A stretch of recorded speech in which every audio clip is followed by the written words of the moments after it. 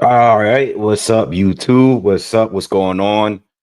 I had a little bit of a technical malfunction a few minutes ago. I guess the original link wasn't working, it was acting up, so I had to create a whole new video, whole new live stream. What's up, everybody? What's good? I hope everyone is having a great weekend so far. We got a little bit of boxing yesterday that I'm gonna brush over, and then I got a couple of topics I wanted to discuss today.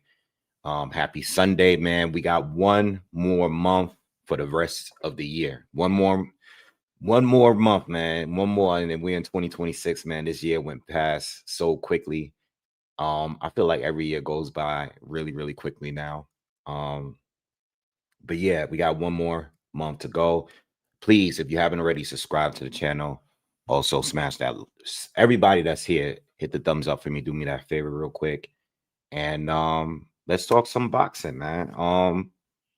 So where should we begin? Let's talk a little bit about yesterday. All right. And shout out to everyone that's in the chat. Jabbar, no, the tickets are not available yet. We're gonna talk on Teofimo and Shakur a little later in the video. I wanted to talk on speak on a few things before we get there. What's up, William? Was good? Ralph was good.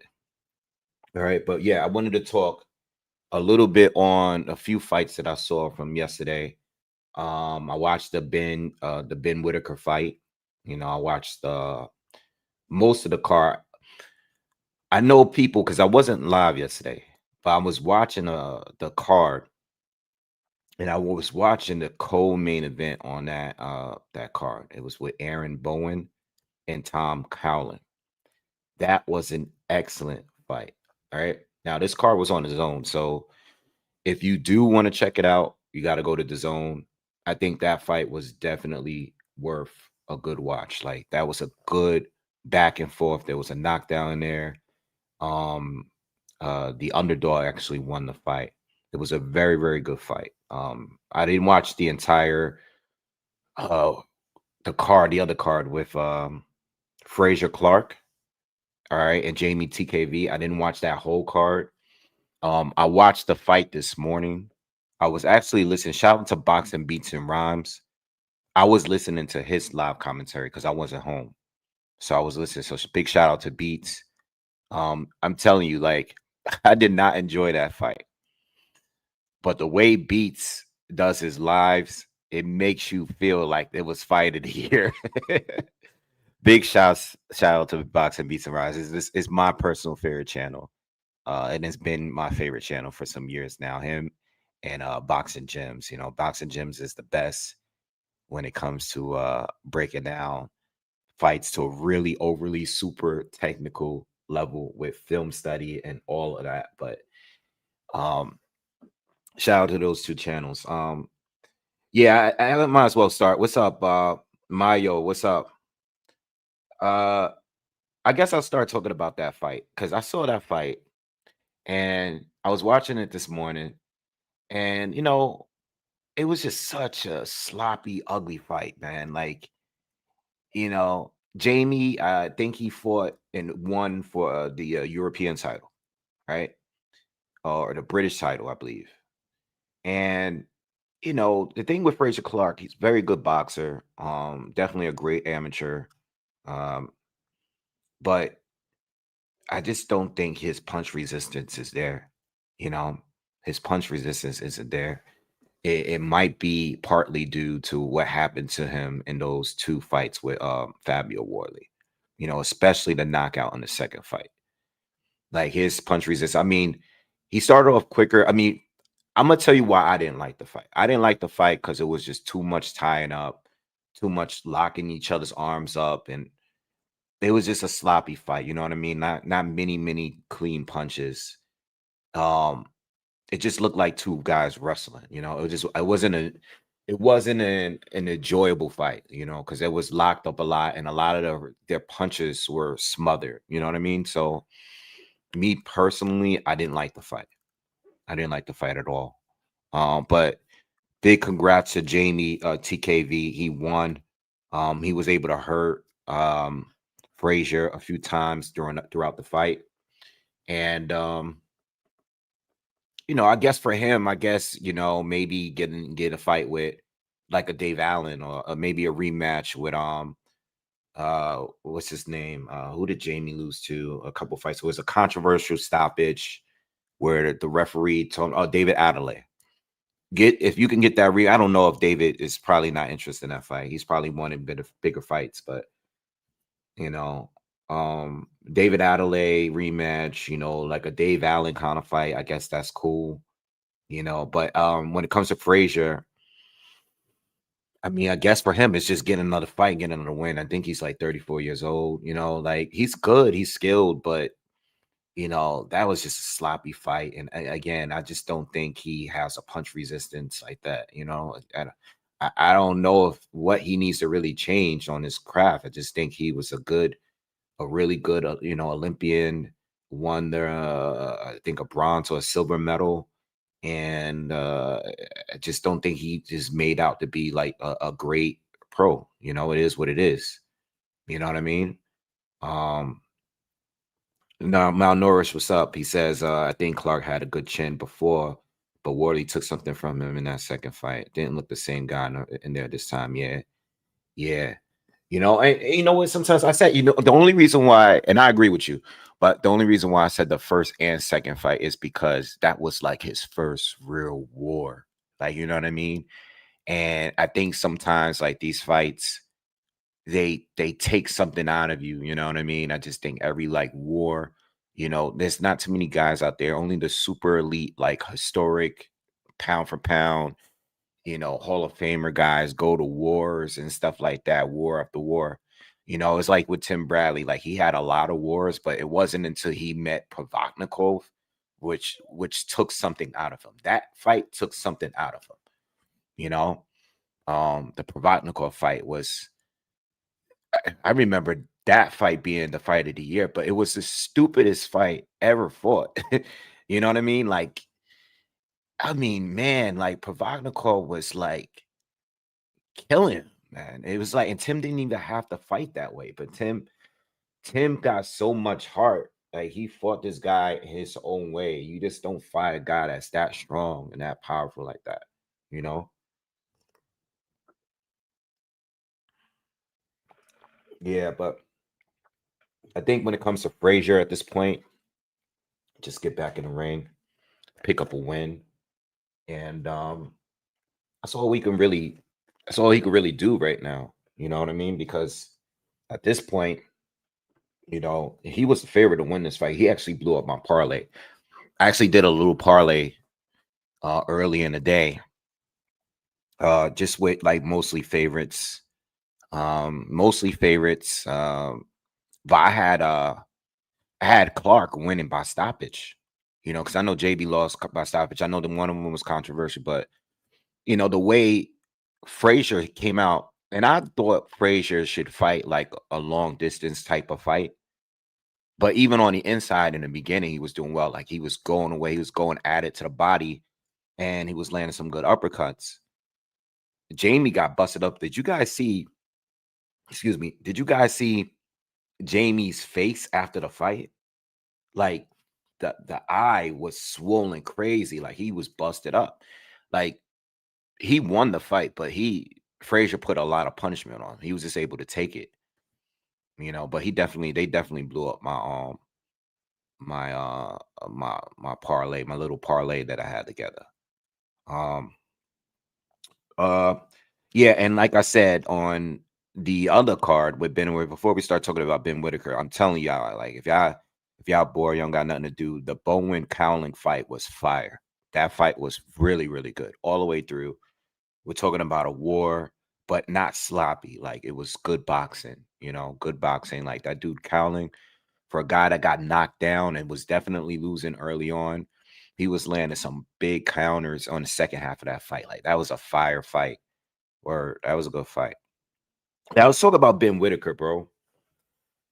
I did do a breakdown in the fight. I knew I wasn't gonna be around this weekend to cover any fights. But I did watch the Ben Whittaker fight live right after watching the or listening to the Clark fight. And I seen the guy fight, the guy Gavassi. So I did a breakdown. I was like, oh, this guy's undefeated. Yeah, he has some guys with losing records, nobody named that I'm familiar with. But I felt like from what I saw of him, I thought he was at least the second best fighter he fought. You know what I mean? Like I'm talking about Ben Whittaker. I mean, Liam Cameron was clearly the best fighter he fought. But I thought this guy was at least like, he seemed like he had pretty decent fundamentals. He had fast punches, throws good combination, can fight, rangy a little bit, at least in the fight that I saw. But yesterday, Ben Whittaker gave us one of the best knockouts of the year. I've seen people putting knockout of the year. I mean, we say that almost every other weekend, at this point. I still believe that I definitely think this is one of the best knockouts of the year for sure. I don't know if it's the best one, but when I saw it, I was like, oh wow. Like the combination he put together, like the punches were like that he threw landed so clean, man. And that last one that laid him out was crazy. That was a great knockout. I'm gonna tell you I like this. I like everything that they doing over there. And I'm talking about Ben with Matchroom. I think going over to Matchroom was perfect for him, bro. Seriously, perfect. And I like everything they doing over there. He's with Andy Lee, who's to me, in my opinion, and this is no disrespect, I'm not from the UK. I know you guys, I know those guys over there know a lot more about trainers and what's going on in the gyms over there and stuff like that. But I think Andy Lee over there he's becoming one of the better trainers in the sport right now. Where I was a big fan of him as a fighter. Um, but he's definitely one of the best trainers right now, seriously. And I like what they doing over there. I like the fact that Ben ain't doing all the showboating. Like I showed my father the knockout. I send it to him.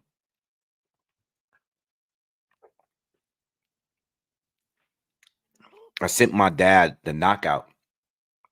He was like, "Nah, I wanted to see a little showboating and all that before he got the knockout." I was like, "Nah, you know what?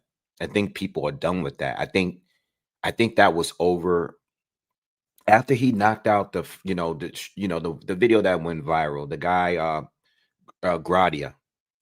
After he went viral, when he did the showboat and stuff, it just wasn't working no more. You know what I mean? When he fought Willings, that dude Ezra, the Nigerian dude, it just wasn't working no more. I just think that it's a time and a place for it. And now that you are going to be leveling up, you can't fight like that. You know what I mean? You can't. I think he's good, but I think there's levels. And I think when it comes to showboating, there's a ceiling that you can go to with showboating. And it's not too many fighters. The only fighter, Sweet Pea was able to do it, right? Roy Jones obviously was able to do it. But these are like two of the best fighters of all time. You know what I mean?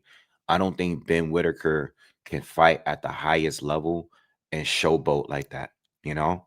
I just don't think he can do it, And I think if he was able to do it and still knock dudes out, he would have did it against Willings and Ezra. He would have did it against Liam Cameron. He would have, I think if he was doing it to those guys, especially like Liam Cameron, if he did it against those guys, I would have said, all right, you know what? Let's keep pushing this showboating thing to the furthest level. Let's keep pushing it all the way to the very end. But if you're not doing it at the highest level or the medium or even at this level, the lower level, then it's time to cut it off.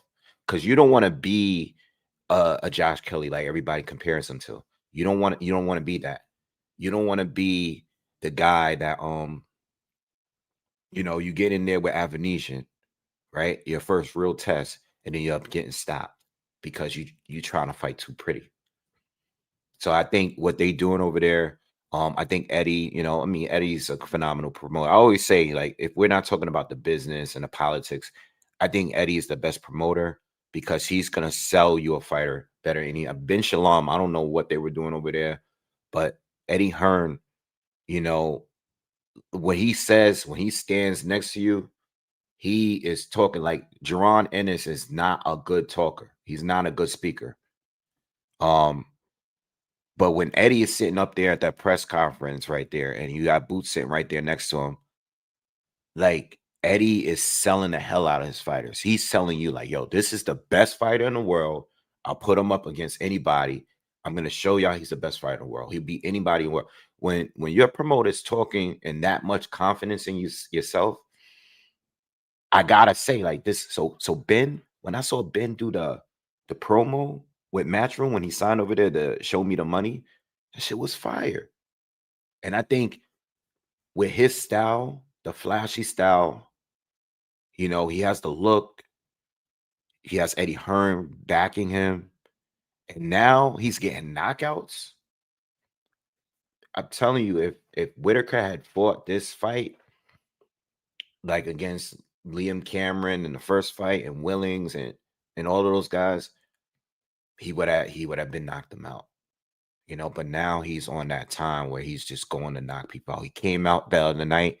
I thought he looked good against Cameron in the rematch, but even in this fight, like you can see, like his jab was on point. This guy couldn't he smoked this dude. And I know this guy is not no world level beater and all that. I'm not saying that, I know he didn't really fight nobody, but you can just tell that the tone of Ben Whittaker is different. Like he's focused, he's fighting for real. It's unfortunate that his house got burglarized while he's at the fight. Yo, I didn't even think a kind of thing like that can happen in the UK. Like, how do you go to a fight and the dudes end up breaking into your home? Man, the more stories I be hearing about, because you guys know I love going out to London and all that. You guys know I love going out there. The more stories that people tell me about people be talking about London, like how people that live on the outskirts of New York City talk about New York City. People be like, London, oh, I hate that place. Everybody I was listening. Shout out to another channel, Hatman. Shout out to Hatman because I was listening to one of his lives the other day. I think this is the first time I ever like went on his live, but his video popped up when I went on YouTube, and he was just chilling, this vibe, and talking about London, talking about like, you know, all the places in America and how places used to be back in the 80s and stuff. And I was just vibing listening to him, and he was just like he was talking about how, yo, London, yo, it used to be this, yo. I can't stand the people. And every time I talk to people from London, they talk so bad about the people from London. They like, yo, Wave, you got to go outside of London. You got to go up there. You got to go here. You got to this. You always go to London. I'm like, yeah, but when I go to London, they show me a lot of love when I'm in London. It's probably because of the New York accent and just because I'm from out of town. But um, that's how New Yorkers are too. New Yorkers are the worst people on the planet until they meet someone that's not from here, and they could instantly become a lot more friendly. Um, but going back to what I was saying, yeah, shout out to Ben Whittaker, man. That was a crazy knockout. Definitely one of the best knockouts of the year. I mean, you still got to include.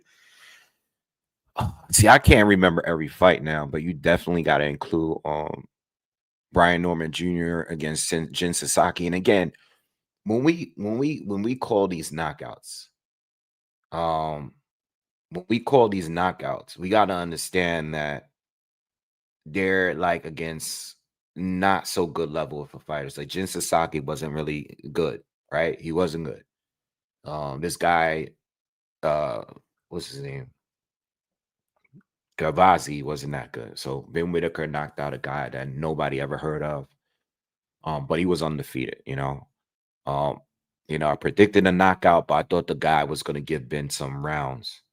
Um, so it's definitely one of the best knockouts of the year. But as far as quality of a opponent, it's kind of low. You know what I mean? And that's what's gonna really happen. What's up, John? Uh, what's up, Cha Gang? What's up, Michael? I'm gonna do the predictions. Like I did one for Lara. I'm gonna talk a little bit about that fight. But I'm gonna give you the predictions. I'll probably do hmm. I'll either do Fulton and Oshaki Foster or Roach and Pitbull. I don't know which one I'm gonna do first, but I'll probably start watching film study tonight. I did Lara. I got Lara and Janovic out the way because I felt like that was the hardest one to call. I still think that's the hardest one. I mean, that was the fight that I felt like, and it's actually getting some solid views and comments right now. Um, and I'm not surprised by the comments. A lot of people really believe, like myself, that Lara has some sort of chance because no one truly believes in Janovic yet. We just don't know. Like I don't know where so he looks good against the opposition he's faced, but he hasn't fought anyone who really good yet. And even though Lara is 42, you know, but we'll talk about all that in a minute. I just wanted to speak on a card from this weekend and Pitbull and Roach. I feel like that's gonna be a great fight, like action-packed fight. I already know where I'm going with it. I think I do, but I still want to watch some film studies just to be sure, just to be sure. All right. Um, so let's move on. Oh, as far as Ben Whittaker, shout out to the dude. I don't know if he follows me. If you're watching, I'm talking about you. I was talking about Ben Whittaker on Twitter. All right. If you haven't followed, if you on Twitter, that's my account down there that's scrolling by. Uh I was talking about Ben Whittaker on Twitter. And somebody left me the perfect message because I was thinking about like who Ben Whittaker should fight next. And I know people was bringing up top names, like people was talking about Benavidez, and I'm like, nah. Well, Benavidez is moving up anyway, but even if he was, I was like, nah, that's too much of a jump. I like, and someone left me a message and said he should be fighting Dan Aziz, or the other dude with the dreads,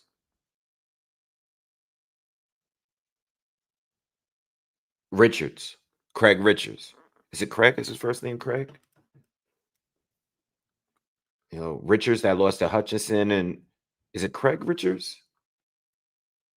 Yeah, it's Craig Richards. Yeah. And Craig Richards, I think, was a problem some years back, but not in his most recent fights. I know he had took a break from the sport, but I mean back when he fought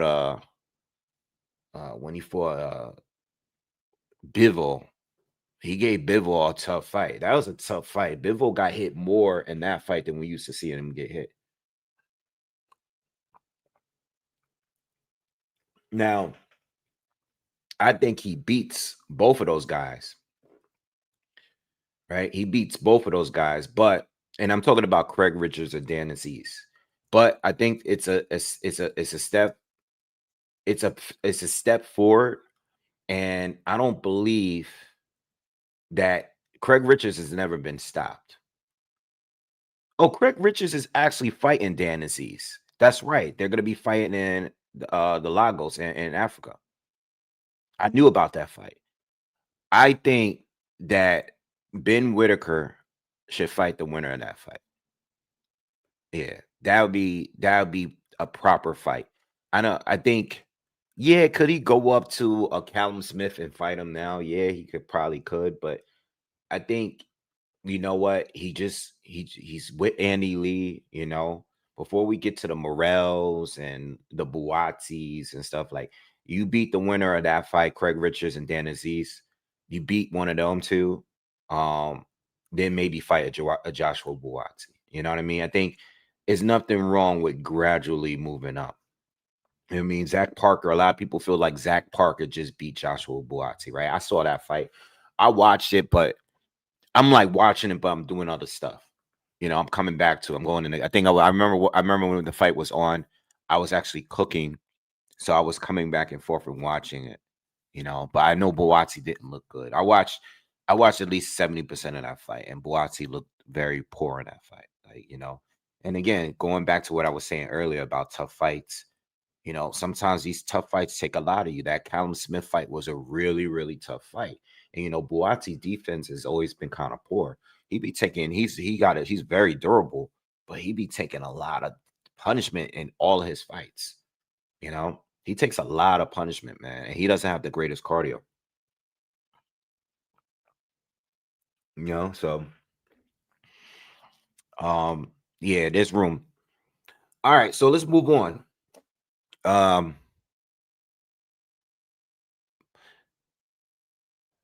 Let's talk Teofimo Lopez and Shakur Stevenson. A fight that is not. It's like every time I hear somebody talk about it, it's like they're almost there. It's like it's confirmed, but it's not confirmed. You know what I mean? Hold on, let me turn this off.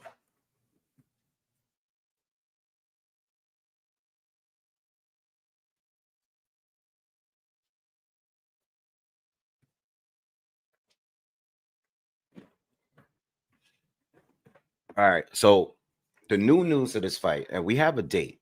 It's supposed to happen at the Garden. I don't know if it's going to happen at the theater. I don't know if it's going to happen at the real Garden Arena.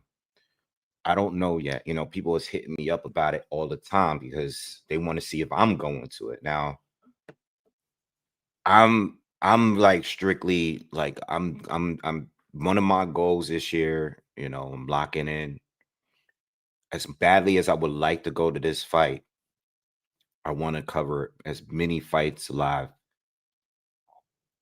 I want to cover as many fights live as I can this year. So as much as I love going to fights, I will treat myself to a fight here and there. I want to try to be on live at any time I'm available on a Saturday. I want to go live, and I also want to go live more for pro box fights as well, because pro box cards are actually really good sometimes. You know what I mean? They might not have the biggest names, but the fights are quality fights. The matchups are good.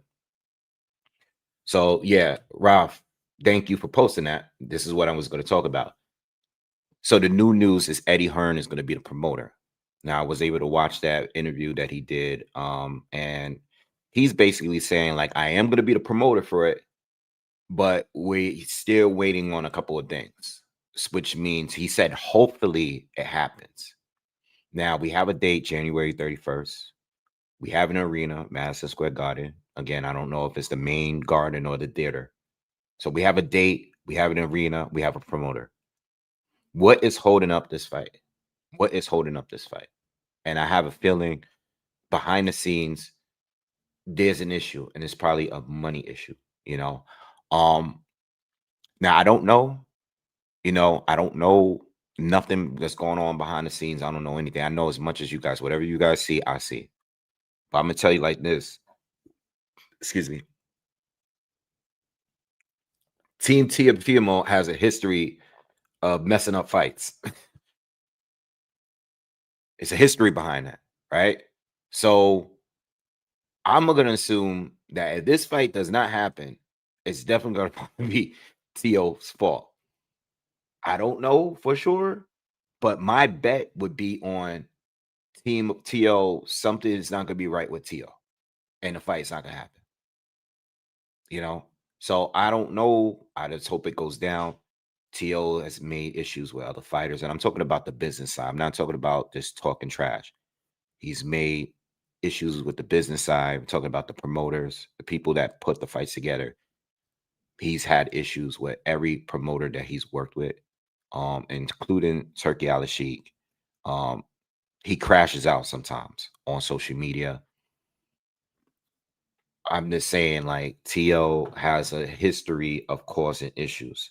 So, with that being said, even though Eddie Hearn is saying he will be the promoter, he also said in that same sentence, hopefully everything works out. When I hear hopefully, that means that they're still trying to iron out some issues when it comes to negotiations, because we've heard these two were supposed to fight at least maybe for a month now, at least a month, right?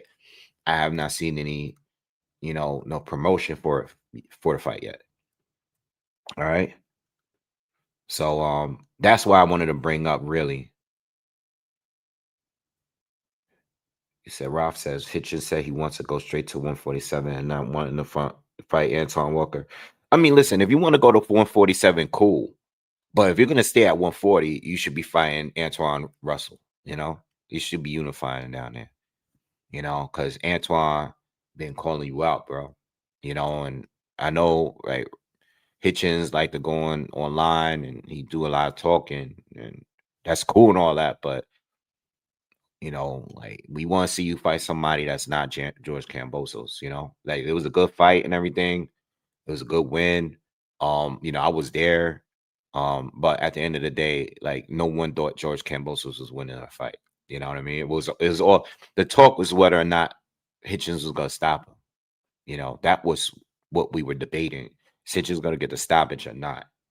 And Kambosos is just Kambosos had a moment and he beat Tio. I'm not saying he wasn't good then, but before the Tio fight, I had seen him before the Tio fight, and I didn't think he was that great. I just thought that he caught Tio on a bad night. Tio fought a stupid fight with stupid coaching, and he paid for it. He underestimated George. He wanted to just get him out of there, and that's why he lost. But this is a great fight, and um,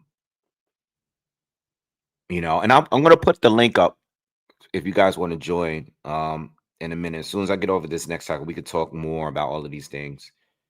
Um, as far as the fight is concerned, I mean, I'm gonna do a breakdown and all that, but I'm leaning towards Shakur to win the fight. I just don't think that Shakur's style is gonna be good for Teofimo Lopez. You know what I mean? Like, um, when he's fighting another really good boxer that slows the pace down, I think that's where Teo doesn't really look his best. You know, um, I kind of feel a way. The way I feel about this fight is kind of how I feel about the fight with Lara and Janovic is going to be. It kind of makes me feel about how the fight with Fulton and Sharky Fossa is going to be. Like they're good matchups, but stylistically, they might not be action-packed fights because they're going to be two counterpunchers standing in front of each other, feinting and looking to counter. I think what Tio looks bad is when Tio starts to try to be aggressive, like he did in the Sandor Martin fight, and then get caught with counters. He's gonna walk into counters. He got dropped in that fight.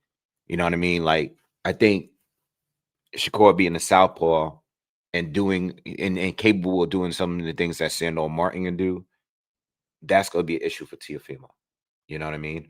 Um, thing with Teofimo is he is better, way better than anybody Shakur faced up to this point, without a doubt. I think Tio, without a doubt, he's better than all those guys. You know what I mean? He hits harder. He boxes really good. He has great speed. The cardio normally slips up a little bit sometime in there, some point, but he's good. But when you look at fights like Jermaine Ortiz fight, right? When you look at the Sandor Morton fight, that's the closest you're gonna get to Shakur. And I think Shakur is way better than both of those two, right? So when you look at Shakur and you compare those two to Shakur, two southpaws that box really good, counter really good, move really well. Shakur ain't coming in the same approach he did against William Cepeda. You know what I mean? Now, what I'm hoping, just like I was just recently saying about Devin Haney in his fight with um what's this guy name he just fought? Not Brian Norman, but he fought before that. Ramirez.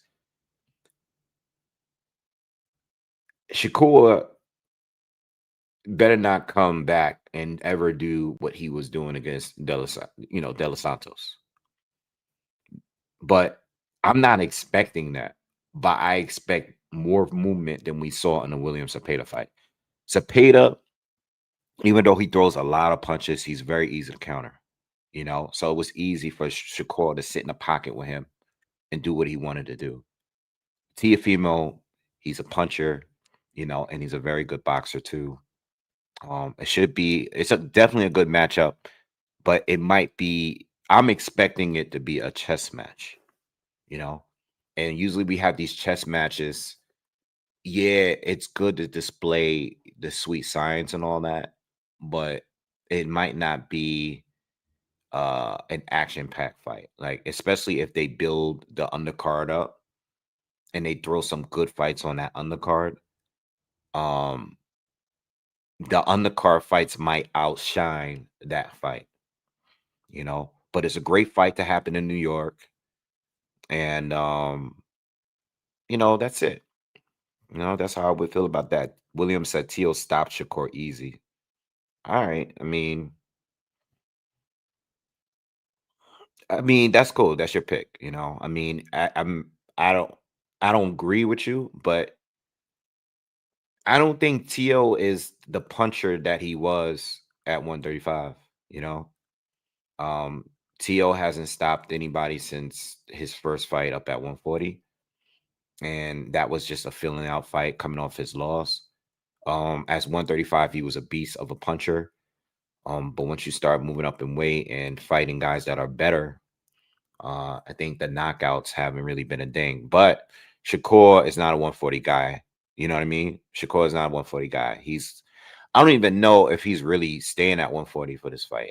I know he's moving up to fight Tio, but is he really gonna stay at the division? You know what I mean? I don't know. You know, I don't know. But Tio, what I've learned about Shakur is that he is physically strong. He is physically strong. He doesn't get a hit a lot. So I don't know how durable he is. Like William Cepeda can punch, but he can't punch like Tio punches. Cepeda is like a accumulation puncher. You know what I mean? Whereas Tio is like a bigger puncher. He's a puncher, a boxer puncher.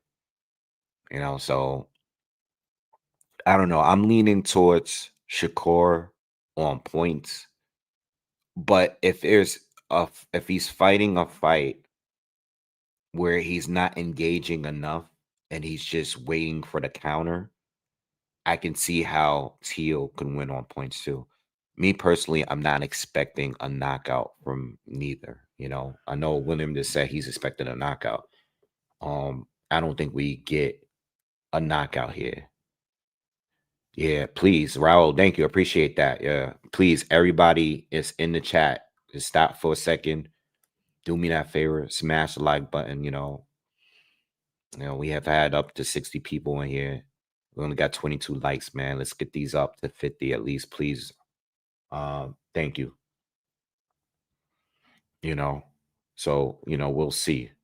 But yeah, I like if Tio, I mean, if I don't know how badly Shakur wanted to unify at 135 and all of that stuff, but I think going to 140 right now would be great. You know what I mean? Like 135 to me right now, if you're not going to get the tank fight, which you won't, there are better fights at 140 instead of 135. Yeah. Because at 135, you got Mason, that's cool, but I just don't think Mason is in a space right now where he should be fighting. I know he's just won a championship and I know he's gonna want to unify. And I love the fact that he's not trying to make friends with nobody. He's not trying to make friends with Shakur and Keyshawn and all of them, and that's great.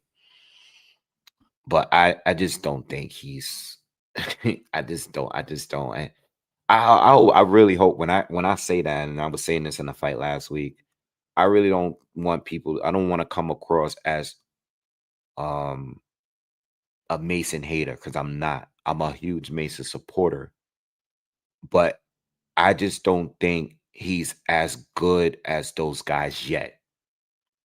I don't think so. Where I read comments from people that believe he's better than those guys now. You know, um, 135, not any super proven guys yet. I think Andy Cruz as a pro still hasn't really done that much. You got Floyd Schofield who beat Tevin Farmer, which was really good knockout. But at the same time, like, how good is he really? I still don't know. Raymond Morataya, another guy who has some good knockouts, but I still don't know. I don't know how good any of these guys. I feel like Shakur has already surpassed the rest of the champions down at 135. He's on a different level than all of those guys. You know what I mean? Um, I would pick him to beat all of those guys. I think he should be fighting guys like Teofimo Lopez. I know he and Keyshawn would never fight each other, but if they would, I would have him fight guys on that level. I think all those other guys They're around the same amount of experience. Going to 140. If he used to go to 140 and stay there, I'm cool with it. But if you to go back down to 135, don't go down to 135 unless you can get like a unification. Because nothing else makes sense at 135 if it's not a unification, at least, you know, or Tank fight, which will never happen. Tank is not fighting Shakur Stevenson. It is what it is, you know. I don't even know what Tank gonna do right now, you know. I'm assuming that Tank, and I called this months ago. I called this before the Jake Paul stuff, you know, or before this whole domestic incident he got into recently. I said at the end of the day, I got oh Kev, what up, bro? I didn't even see you in here. At the end of the day, I got Tank fighting the winner of Lamont Roach and Pitbull Cruz. That's it. That's the only fight I guarantee will happen. And I've been said this. Only reason why, because especially now that the Netflix deal fell apart, they not gonna want to deal with him. So he's already signed with PBC. They're gonna put him in there with other PBC fighters. He's been in the ring with both of those dudes, right? And they both gave him his toughest fight. You got Lamont Roach, who I feel won, and you got Pitbull Cruz that some people feel won. You have your two toughest fights with those two. Whoever wins that scrap, Tank fights them next at 135. He's gonna pull them back down to 135, and he's gonna fight one of those two. You know, they'll probably fight at a catch weight where they'll be fighting for a 140 title. So that's my prediction on that. He's not fighting Shakur. He's not fighting Andy Cruz. He's not fighting Raymond Murataya. He's not fighting Floyd Schofield and all these dudes. Like, he's not fighting none of them dudes. He's not fighting none of them dudes. He's going to fight Lamont Roach in a rematch if he wins, because there'll be hype behind that fight. And if Lamont Roach loses a Cruz, he's fighting Pitbull in a rematch, and that's that. That's that. But all that Netflix deal and all that, that's dead. They ain't gonna want to work with him after the recent experience. That's already messed up. Unless, and this is the one if, this is the one and only if I got when it comes to Tank. The one and only if I have is if he finally decides to get down with Turkey Al-Sheikh and make some of that Saudi money. That's the only way I can see him. If he just say, you know what, I'm done with all this stuff, right? You know what I mean? Like, I'm just gonna get with these dudes. I'm gonna make a bag with them. It might not be a Netflix bag, but it's gonna be a bigger bag than he's used to getting on like them PBC Amazon cards. You know what? Let me get with Riyadh season and we're gonna put a fight together. That's the only way that I see it right now. So let me just I'll drop the link in here just in case any of y'all want to join up.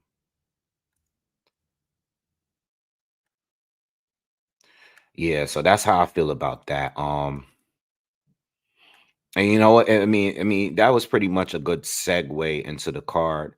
Um, I got I'm gonna do two breakdowns. I'm not doing one on Shane Mosley Jr. I'm not doing one on that, and I'm not doing one on the Frank Martin fight. Shout out to Frank Martin though. I saw his interview the other day where he was talking about Richardson Hitchens. He was just like, yo, this dude talks too much. Like, he just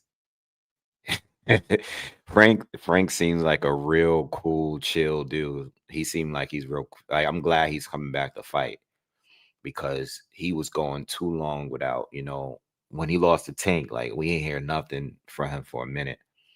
So I'm glad that he's coming back because, I still feel like he got a lot of talent and he probably was a little drained in that fight with Tank. You know what I mean?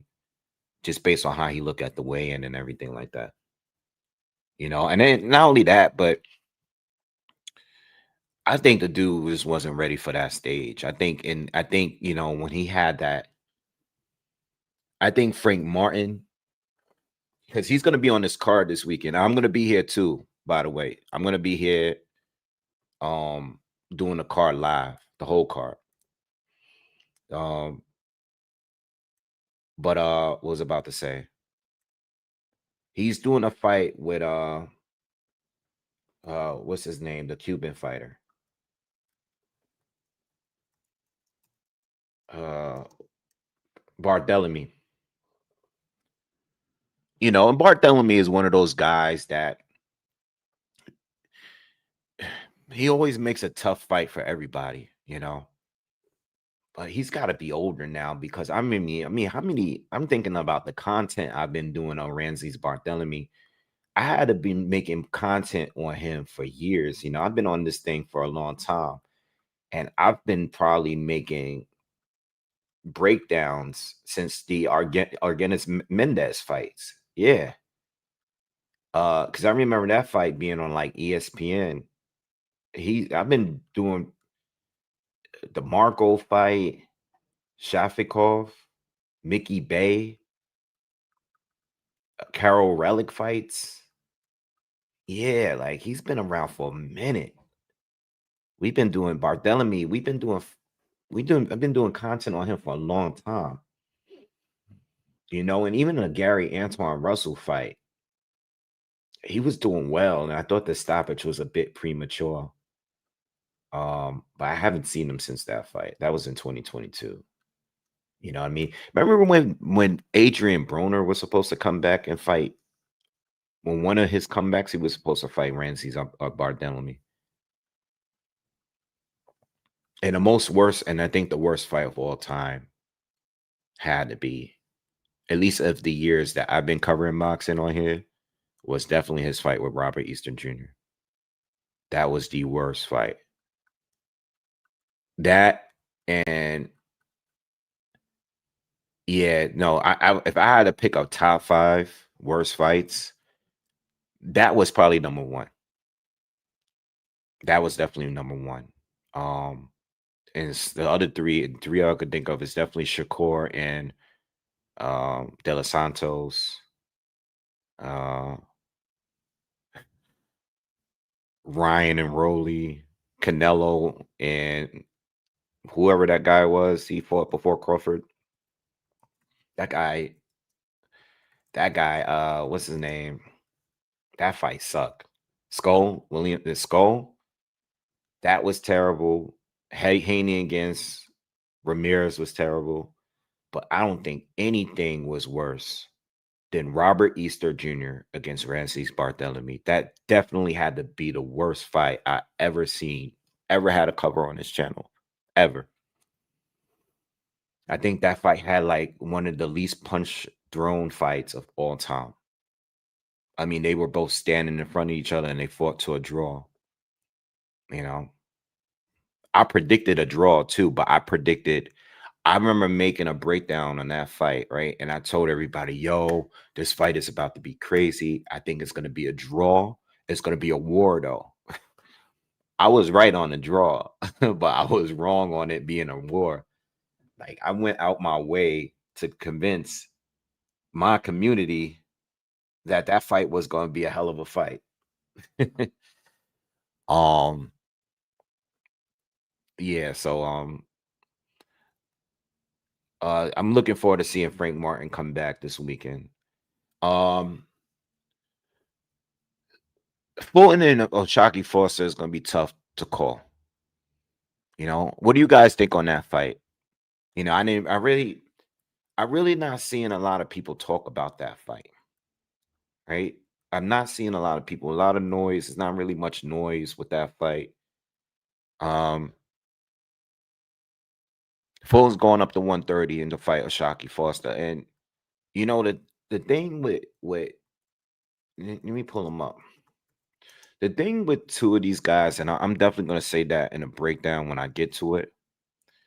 The thing about both of these guys is that they do have the ability to adjust for sure. Um, I've seen Fulton fight some really gritty fights, right? He's a boxer first, but I've seen him be in some dog fights, right? We've seen that with Angelo Leo, Brandon Figueroa, Arnold Kagai, and some of the fights earlier than that, like it's his fights in earlier in his career when he got hurt and all that. Adam Lopez, you got that's an old fight. That's from 2017. That was a dog fight. That was a tough fight for him. He been in some tough fights. Joshua Greer Jr. I remember that was really early. Those were some good fights, even though they weren't against big names yet. But then you got fights like the Daniel Roman fight, right? Where it's this straight boxing. Like that was his cleanest fight yet, I think. Daniel Roman always good boxer, and just got schooled that night. But then he got the Figueroa fight, gritty fight.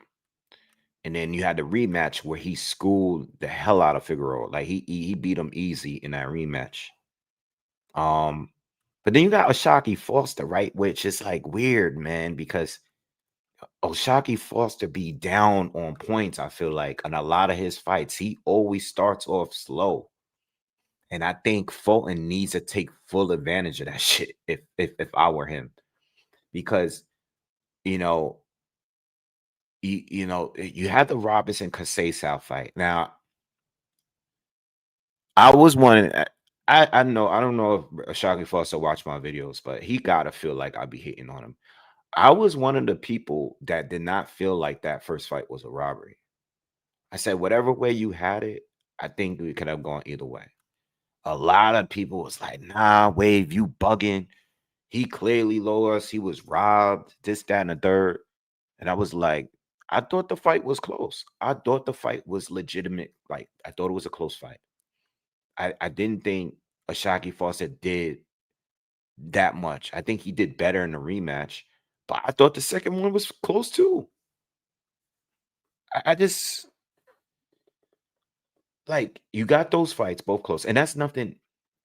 By the way, I think Kasesao stylistically is probably the closest to Fulton. So I'm going right to that. When I'm doing my film study, I'm going to the Kasesao fights, both of them. That's probably all I'm watching because and I'll probably watch a little bit of Abraham Nova fight.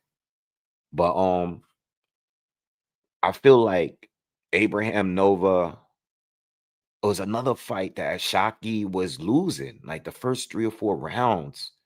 Like Nova was just timing him perfectly, and I think from what I remember Shock switching. I don't know if he went to Orthodox to Southpaw or Southpaw to Orthodox, but at some point he got it together and he started to do some good work. And he came back and won. But even the Eduardo Hernandez fight, the Rocky Hernandez fight, right, that they had in Mexico, he's down big on the points.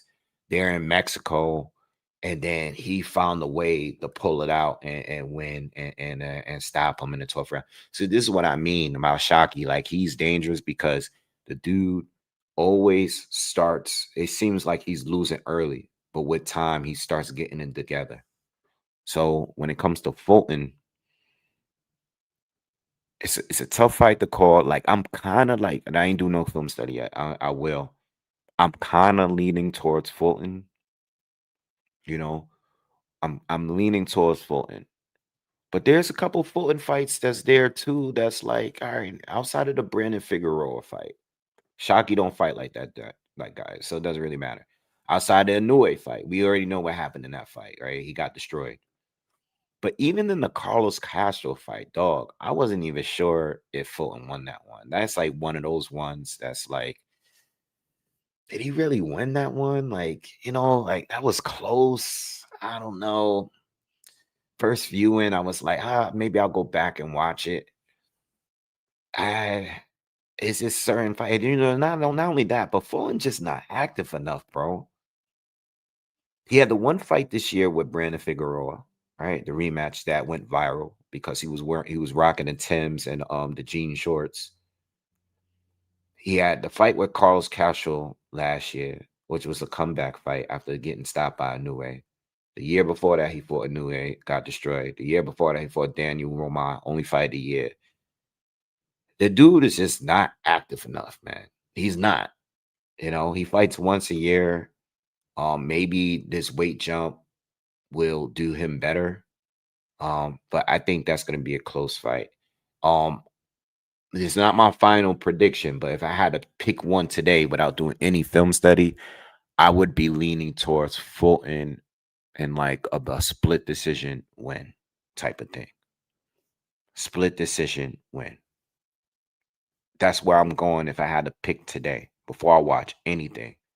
I seen them both enough to say, like, to have a good idea where I was going with it. There's fights where they both look phenomenal, you know.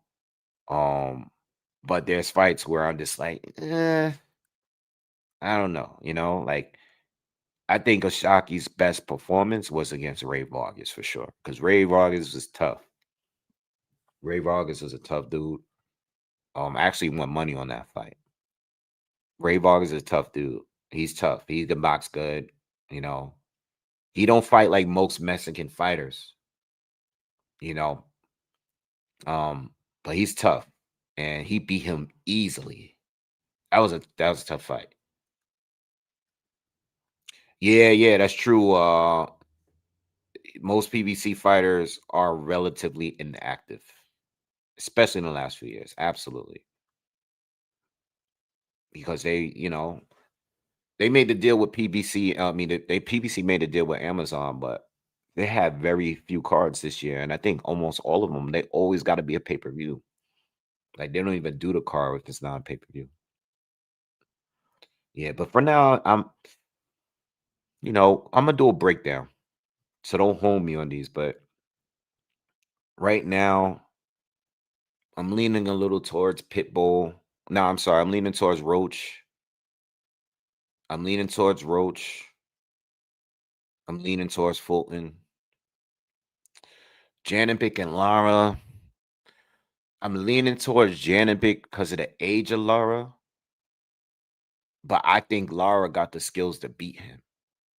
Like if you gave Lara, if this fight might have happened like 4 or 5 years ago, even then, because Lara was old then, I would probably pick Lara. But right now, like I'm leaning towards Janovic because of the age thing. But I think Lara got a great chance. I did a breakdown the other day and I told you guys like whatever my final prediction will be. Or no, what I mean, not my final prediction, but whatever I put money on, I'm definitely throwing something on a draw, the possibility of a draw. Just because Lara's history and just because it's a PBC card. And I don't even know if Janovic is really that good at that level. Janovic looks better at the level he's been facing, but Janovic has fought some really poor for a unified champion. He's fought some really poor opposition up to this point. Amir, I said I'm leaning towards Roach for now. I'm gonna do a breakdown though. I'm gonna give y'all if I don't give y'all both by tomorrow, because I'm definitely not gonna do it tonight. Like tonight, I'm gonna probably watch some basketball and just chill. Trying to get on here more, you know what I mean? That's why I came on here on Sunday and get and jump on a live. Um, but I'm gonna definitely do some field study and try to get the breakdowns out by tomorrow. So so the reason why, and if you guys want to join up, I'm throwing a link. I'm not gonna be on too long. The reason why I'm leaning towards Roach is because what I like about Roach in that Tank fight was his durability, like his comfort and wanting to stay in a pocket with Tank and was able to take clean punches from Tank. He looked like a unit in that fight. I ain't never seen somebody fight Tank and look so sturdy. You know what I mean? Like it made me go back to his older fights a little bit and like really pay attention. I mean, not his older fights, but his more recent ones, not back when he took a L and all that. Like I'm talking about his most like recent fights. It's made me like really pay attention to him. And I think in those close encounters with Pitbull, I think he'd be able to deal with Pitbull. Like he'll be able to roll a lot of those punches and counter with some good shots on Pitbull more better than what we're used to seeing. Like when you look at the Valenzuela fight, right, with Pitbull, the Valenzuela fight, Rayo fight, right? Rayo won that fight. It was at 140. Rayo had to do a lot of moving to counter, because Rayo's just not as durable. Let's be real. Like Rayo, you know, he boxed so clean in that fight, but he had to move a lot. I don't think Lamont has to do it. I think Lamont has shown us that he can stay in the pocket and use that, that shell defense a little bit and counter and make him miss at short range and counter. You know what I mean? Um, I'm thinking about whether or not it could be a stoppage. Uh, that I don't know because Pitbull, he's been durable against everybody he's faced. Durable. He's always coming forward. Even though Lamont has been doing his thing and he's coming off a good streak of fights, I don't know if he's gonna knock him out though. Like, you know what I mean? Like, I think he might win unanimously, but I don't know about like a stoppage. I don't know. I don't know. I feel like if he stops, and I say this all the time, like there's a lot of things I won't know about a fighter until we see the fight. And I feel like if Lamont Roach can really stop Pitbull, then that means that Tank fight was no fluke. Like he's really, really like a guy that we gotta like really pay attention to at this point. I'm not saying we're not paying attention to him now, but some guys have really, really good performances, right? And the hype comes behind it, and then everything goes downhill after that. Like we never see anything close to that again. You know what I mean? Look what happened with Andy Ruiz and Anthony Joshua. Look what happened with Buster Douglas and Mike Tyson. Like there's guys that have really good performance out the blue, and then they're not able to capitalize it off it. But I seen Roach's interviews and he looks good. Like he looks big. Like, pause. He looks like he could be at 140. For a guy that had and that might be part of the reason why he looks so strong against Tank. Part of the reason why is because sometimes these guys are draining themselves and they're not as physically strong. I just said this about Devin Haney last week. Some guys are not physically strong. They draining themselves. Guys like to put all their attention on whether or not the fighter is, what do they call it when they're bigger than their opponent. What do they call it? They're weight bullying, right? People focus so much on that, but people don't want to focus on the fact that that fighter may be drained. You know what I mean? Mayor, what's up, bro? Hey man, how's it going? Good, good, good. Thanks for Hap- joining up. Yeah, man, no worries, man. Happy Sunday, man. You too. Yeah. Uh, the Roach fight, he was saying in an interview recently that he's gonna try to get the stoppage. I saw that. I saw Yeah, that. but I don't know if he's gonna stop Pitbull. Hmm. He's gonna be looking to counter and avoid and roll away with some of the shots. But I don't know if he's gonna because I think to stop Pitbull, you gotta be like aggressive and take it to him. Body shots. Eventually, start walking him down. I don't Yeah, think just dodging and countering is gonna stop Pitbull. And he's too durable. He keeps his chin tucked. yeah. I don't see the stoppage. You probably outbox him to a decision, but I don't see the Well, stoppage. no, I think with what you said, I think he has to go to the body. Yeah, Guys like Pitbull, like, yeah, he tuck his chin good. yeah. Pitbull is more technical than people give him. Like I was saying a couple years ago when they was talking about Ryan Garcia, Hmm. and yeah, Ryan Garcia, who's when they were talking Ryan Garcia and Shakur and all that, I was saying like I think Pitbull is gonna give everybody a hard time. Yeah. Yeah, because I don't think you can predict the way he throws his punches, like the way he loops them. They come Right. at a weird angle sometimes, Right. Right. you know. Yeah. So I think you. you gotta go to his body a little bit, but you might Mm-hmm. get clocked over the head while you trying to go to the Exactly. body. Exactly. Like he's gonna have to be more like you like take the approach that Ryo took. I think that's Mhm, the best way.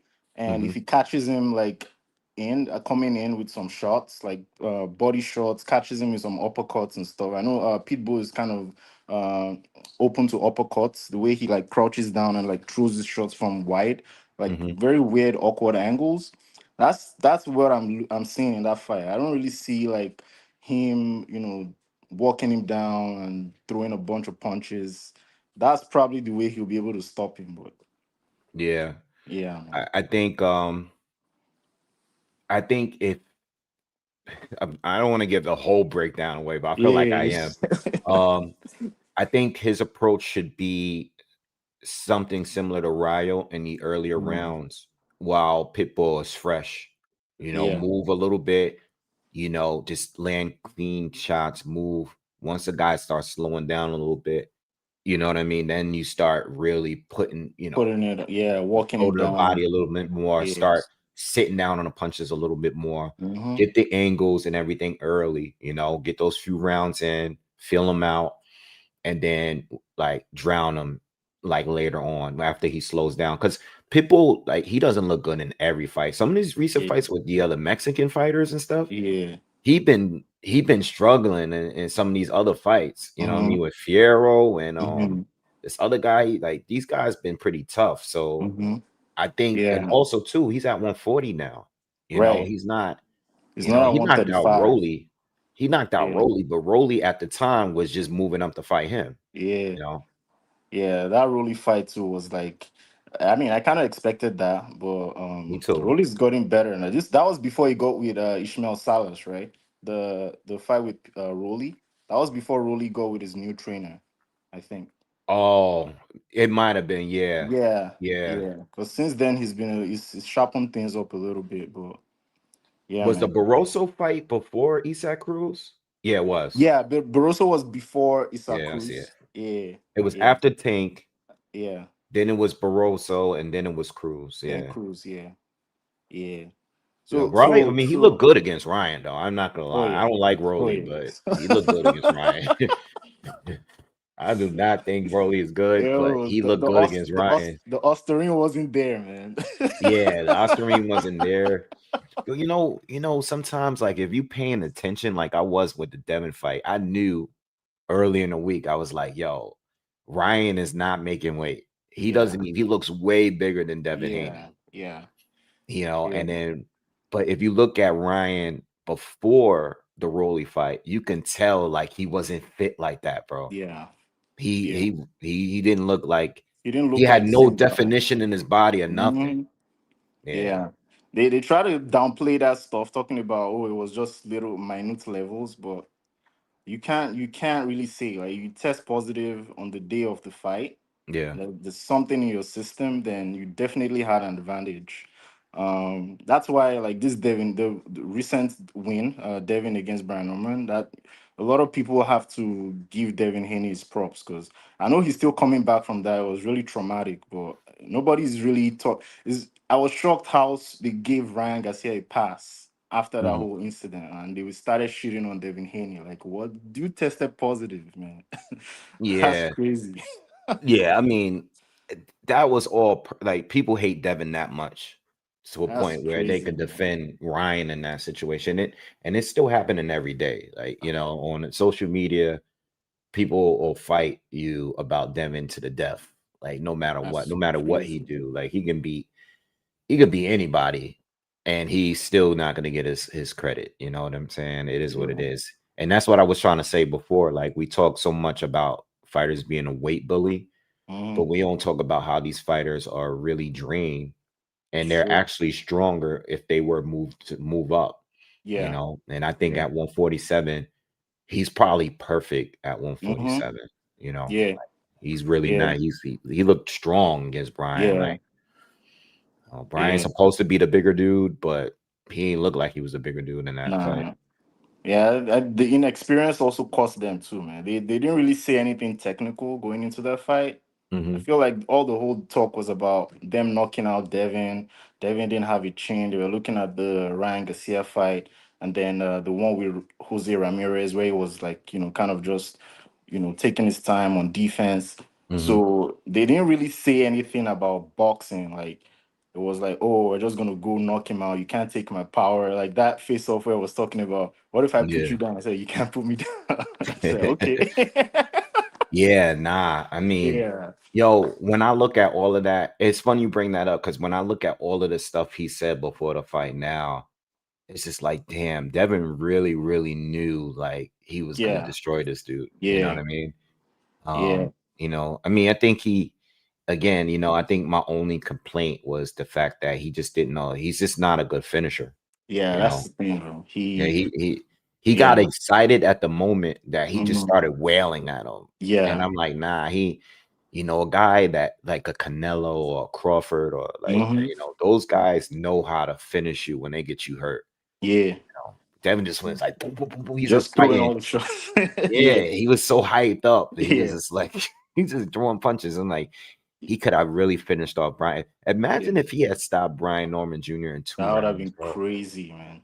I mean, it was That would have been crazy. crazy. The knockdown was the broken nose was crazy, but Oh yeah. if he had stopped Brian Norman in two rounds, bro. Dude, yo, I was scared, man. I thought as soon as I seen that knockdown, I was like, oh shit. I was on FanDuel, and FanDuel Devin to knock out Brian Norman was like plus 1700 or something like that. So now as it got the knockdown, it just locked. I was like, damn, I could have Oh picked yeah. that.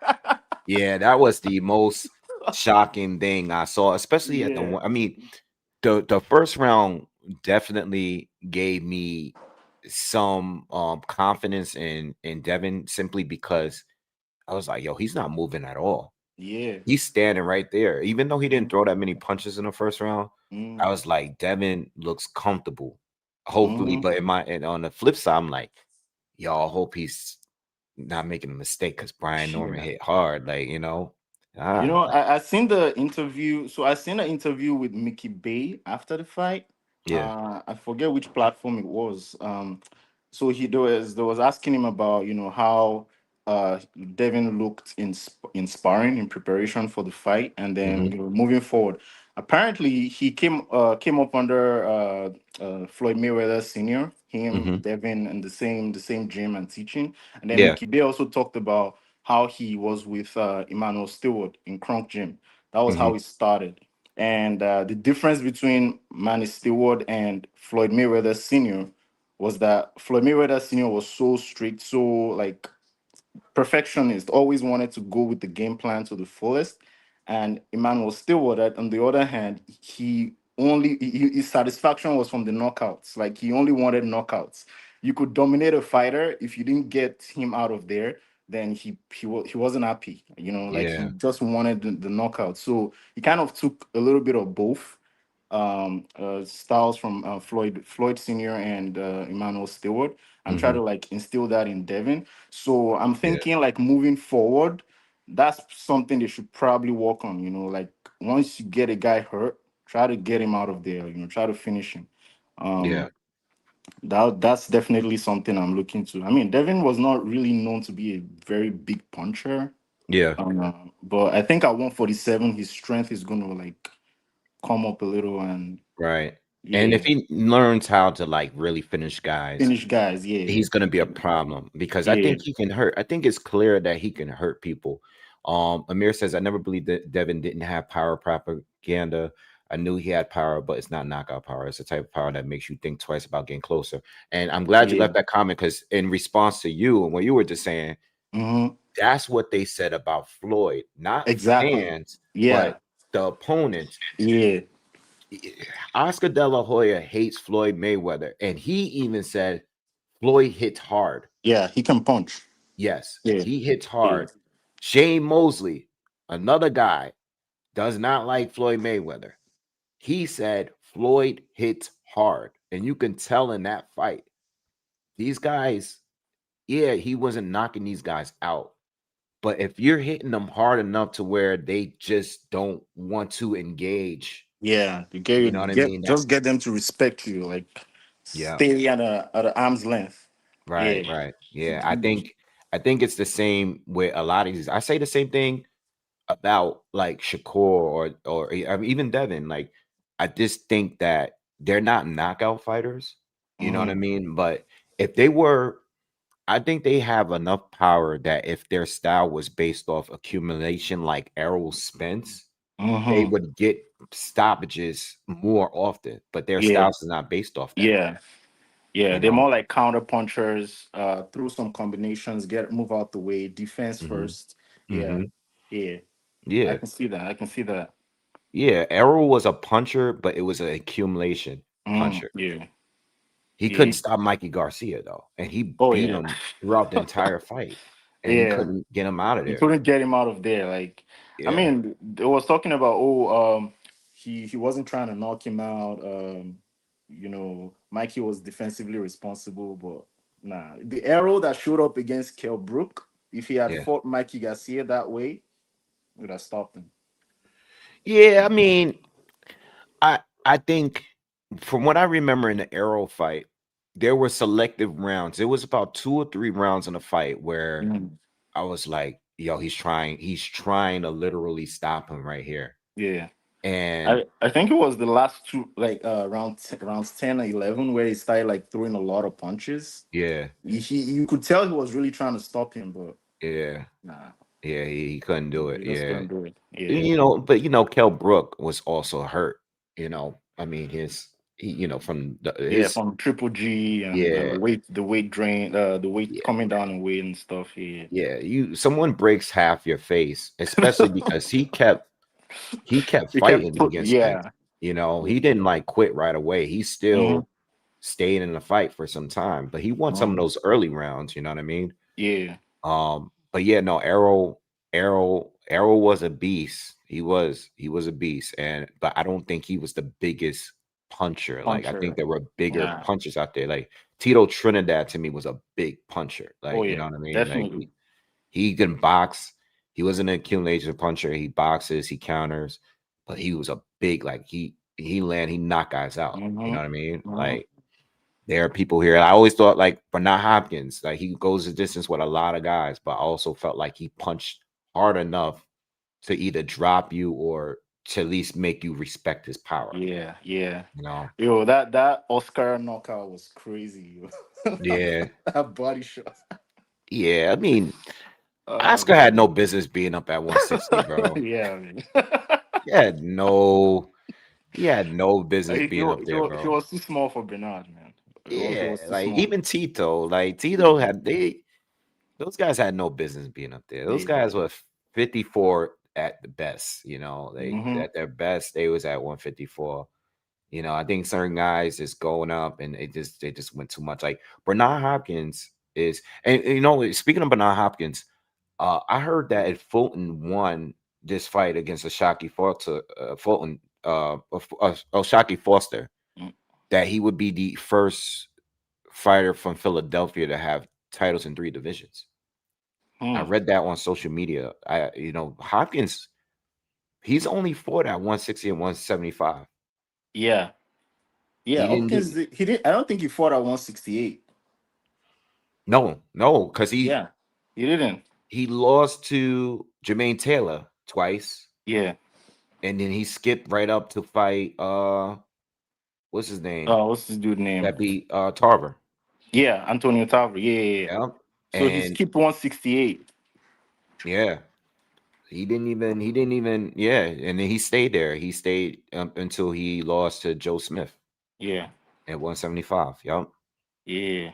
So, I think there's a lot of fighters in the history um that had power. Like Joe Kawasaki was a pity pat puncher, but he would sneak his power in some of those shots in Yeah. between. You know what I Yeah. mean? Like he's Yeah. tricky.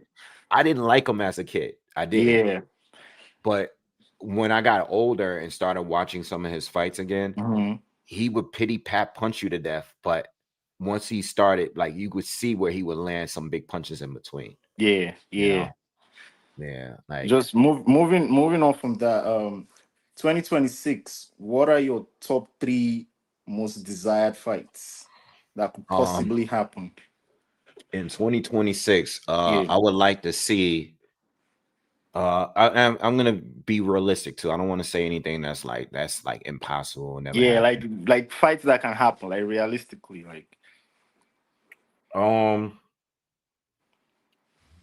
so I would like to see. That's a good question. Boots and Virgil. yeah, definitely. That's one. Yeah. Yeah, I mean, I don't know if that 54. happens next though. Yeah, 54. I'm honestly great with any Any of unification. those, yeah, any of the top Yeah, guys mixing it but up. there's so much history behind those two now. I think I want to see Boots and Virgil more than like, not any fight, but I would say that's definitely a top three. Mhm. Um, I would probably want to say, I mean, Shakur and T.O. is actually a good matchup, but I won't say that's top three for me, but uh damn. What do you think about Oh, Inoue and Nakatani. yeah, yeah, definitely. That's definitely number two for me. That's definitely in the top three. Yo, that fight, if they do it in Japan, Oh, Amir said it just now. Yeah, yeah. Inoue and Nakatani. yeah, Uh, I actually I'm leaning on Nakatani to win. yeah, Yeah, I think for the last year, I secretly think Nakatani is going to beat him. yeah. I mean, it has holes. Definitely, he's been caught a few times, and Nakatani, I see him using his advantages, like his physical advantages, the Yeah, height, the reach, and the extension of the punches. Like, yeah, dude, he's ridiculous, bro. yeah, you can Yo, punch. yo, I watch him. I, yo, everybody's talking about Bam and Inoue, and I'm like, he got to fight Nakatani first, Yeah, right? he gotta see Nakatani first, man. I'd be like, I Yeah. don't even know if I said this on Twitter like a week ago. People were like, when Bam won last week, they were like, everybody's going crazy talking about Bam and Inoue, and I was like, I think I tweeted, I said, I don't even know if Inoue is getting past Nakatani, to be Yeah, honest, yeah. Nakatani and is a problem right now, man. his style is just his that link. It's not the fact that he's just long and rangy, but if you look at his fights, right, especially the recent ones, at some points he starts beating them up on the inside. Mm-hmm. At Yeah, some point he starts really like he beats them up on the yeah, inside. yeah. It's kind of like what's this dude name at 154? Fondura. Like Fondura's tall. Right now he's fighting more with his jab, but like earlier, he would just be on the inside, just throwing uppercuts and stuff. Right. I see Nakatani implementing, something similar. Like his last fight where he landed like 4 or 5 uppercuts on the inside on the dude. It's like Yeah. he's gonna have a hard time dealing with that, man. Yeah. I think, I mean, I'm gonna say it. I know it's not gonna happen, but it's realistic. It should happen. And we talked about this early. I still want to see Tank and Shakur. I still want to see Yeah, it. I know it's not gonna happen unless Riyadh season is involved. yeah. But That fight should happen for the culture, definitely. the only reason why I still want to see that fight, and I think there's a slight chance it could happen, is because after this situation with Tank recently when he fumbled the Netflix bag, Mm. Tank might be in the space where he's just like, F it, yo. I'll do whatever. Like, I don't even want to box no more. Let me, And just take the but biggest bag I can take. yeah, but then there's a part of me too that like mentally, like, yeah, no, I think he's gonna be good because you know what? Tank is always in some kind of trouble. Yeah, Tank's always been like, Yeah, yeah, there's always something going on with Tank. yeah. I still want to So see that. Yeah, I want to see that. I wanted to see the Devin fight, but I mean that's done. Like Devin's at 47 now, it's over. Like, you know what I mean? I think But if Shakur beats Teo and he like looks good doing it, yeah, then there'll be pressure to make the Tank fight. Yeah, yeah. Like, If he yeah, looks good doing it, yeah, yeah. and there's a chance he might, because I still, I talked about it a little earlier. I don't think that style is favorable towards Teofimo Lopez. Oh yeah, no. He likes fighters that bring the fight to him. Like he Yeah, can't. I don't really see him performing well against like counter punchers and fighters who wait, right, especially when he's trying to get aggressive, like the Sando Martin fight. right. That wasn't one of his better Nah, performances. and So they didn't count a knockdown in that fight. yeah, yeah, And I was there, I was sitting pretty close. That second knockdown was a knockdown. yeah. They didn't count it That's though. yeah, I yeah. think and Sandor, him being a southpaw, you know, Jermaine Ortiz fight too. Jermaine, I don't want again, I don't want Shakur to fight like the way he fought. No. But Tio could Uh, not touch him. He couldn't get to him. Couldn't do nothing with him. You yeah, know.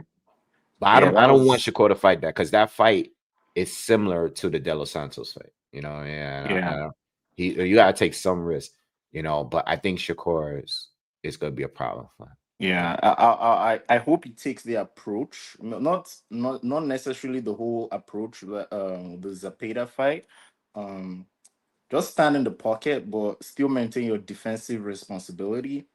Um, like how Zapata was like throwing 100 punches but couldn't really land anything. I think Mhm. he's capable of doing that with Teo, but the only thing is Teo is also like athletic, Yeah. and he counters really well. He has good footwork, so I don't think he will come in like a Zapata. Mhm. Um, First few rounds will probably be a chess match, but at some point, I think Shakur needs to like be aggressive as well. He can't just be overly Well, defensive in that fight. well, one flaw Teal has, because Teal is a great boxer and he's very athletic Yeah, and he has power, but at some point he does always slow down. yeah. Even in the Arnold Barbosa fight, Hmm. as clean as he looked early on, he started to fade a little bit in the second half, and Barbosa just barely started winning a couple rounds in the second half because Teal, he slows down at some point. Yeah, If if Shakur could get him to a point where Teal's starting to fade a little bit, I believe that Shakur is going to start walking him down at some point in the second half of yeah, that fight. yeah. No, I can see I that. think it's the first half, which is going to be very, very Very, interesting. With yeah. The first half Tio, is interesting. Man. Tio in the early rounds is sharp, bro. Like Yeah, except the Cambosos fight, obviously, yeah. but he's like those early Lomachenko rounds. I Hmm. don't think we were ever going to see anybody look that good against Lomachenko. Nah, Nah. he was too sharp against Lomachenko. Man. I couldn't believe it. Like he was too sharp. Hmm. It definitely performed way better than expected against Loma. Like, Yeah. yeah. Daz, thank you for the donation. He says, salute Wave. Do you think Adrian Broner would have fought Floyd if he beat Chino Maidana? Also, were you interested in seeing that fight back then? I was, yeah, I was, and I think I was on YouTube at that time. And what I will say is that first of all, you got to ask me whether or not Floyd would fight Broner because it's not really up to Broner. It's really I was not up up to to Floyd, man. Broner. If so, the answer is no. I'm gonna tell you why. Because at that time, Broner was a huge favorite to beat Chino Maidana, and Hmm. if Broner beat Chino Maidana, it it was like a show. It was supposed to be a showcase fight for him. Yeah, So even though Maidana destroyed him, Maidana's stock went up because of yeah. what he did to Broner. Right. So that's what forced Floyd to fight him because he's like, oh, like this guy's hot right now. Yeah, Let me fight him. And then after seeing the first fight with Floyd, Maidana's stock went up even more yeah, but then Floyd is like, he shut that down in a rematch. He's like, nah, I'm yeah, not gonna fight your fight again. I'm yeah, gonna fight my fight. And then that was an easy fight in a rematch. You yeah, know what I mean? So to answer your question, I don't think there was ever a real point of where Floyd could have fought Adrian Broner. I think the only point he could have fought Adrian Broner is post. retirement, or maybe the time he fought Andre Berto, where he came out and said, I'm gonna fight somebody I want to fight. I'm gonna take it easy. I always take these tough fights. And he picked Berto. So maybe at that point or after, like when he fought Conor McGregor, like let's say Broner got hot again. Floyd might have fought him post retirement just for the hell of it. But I can't. I would say no. I don't think there was ever a real opportunity for those two to fight. Yeah, And I think they would have moved Broner differently if he had just beaten Maidana. He wouldn't have fought Floyd after that fight. yeah, yeah. Riley, you just said, yeah, if you guys remember, Floyd was supposed to fight Amir Khan at the time, but decided to go with Maidana instead of and when he with Broder. Yeah, and you're right. And I made videos on that. First of all, I always thought that Amir Khan was not a good style for Floyd Mayweather. I never thought that was a good style for him. I just think that, like, I'm not saying Floyd would have lost him, but I don't think Floyd would have looked good in that fight against Amir Khan. I Yeah. think Amir Khan's speed can only really truly be dealt with someone that punches with like that can hurt him instantly. And I think with Mhm. Floyd, I think I don't think he's the puncher that some of the guys that Khan got knocked out by. I don't think he's that puncher. Like when you look at, what's his first name? What was the first guy that knocked out Amir Khan? Uh, That Crawford yeah, destroyed. yeah. Breedis? Breedis. Breedis. Was it Breedis? Was it Breedis? Uh, I forgot his name. yeah. Yeah, I was early too. I was like his 10th fight or something. Yeah, I think Prescott, Breedis. Yeah, I said Yeah, Breedis, but Breedis Breedis Prescott. Prescott. Yeah, yeah, yeah. Him. Prescott, Danny Garcia with that no look left Ooh. hook thing that he do. Those guys, like if you look at Danny, for example, Danny was getting hit all over the place, Mm-hmm.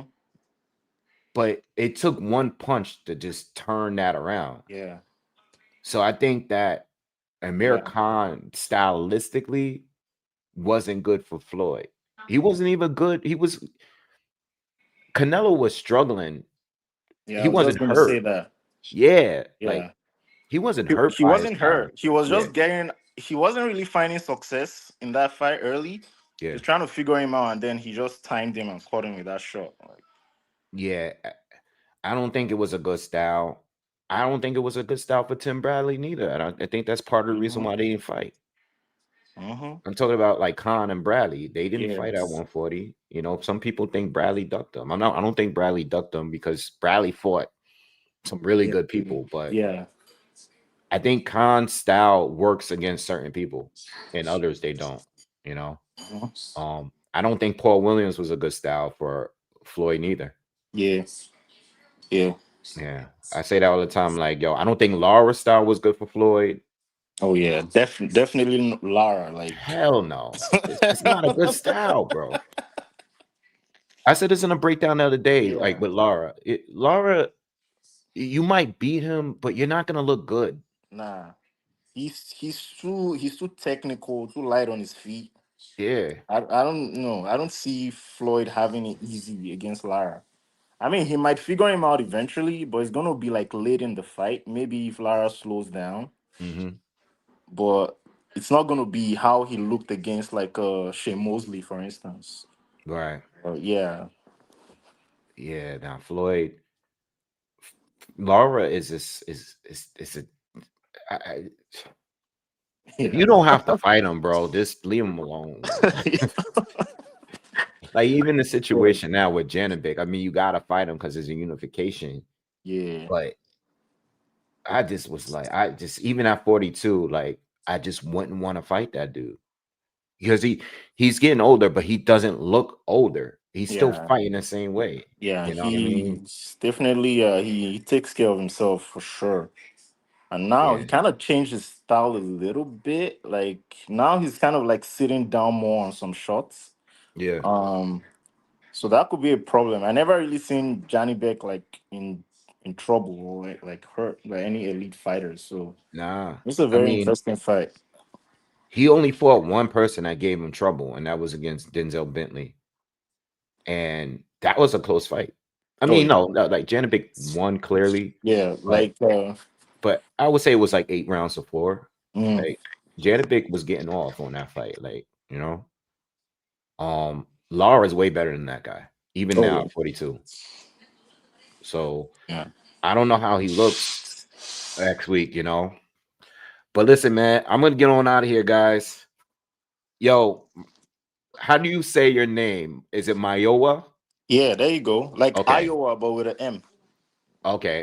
okay. Like Mayowa. Mayowa. Okay, I Yeah, always see you in the chat, man. I always yeah. be like, am I saying it I right? don't want to fuck this dude's It- name up. All right, my Nah, bro. you I'm good, out of bro. You here, good, man. bro. All You have right, a good see you, night. man. Yeah, have a good night. Take care. Peace. Yep.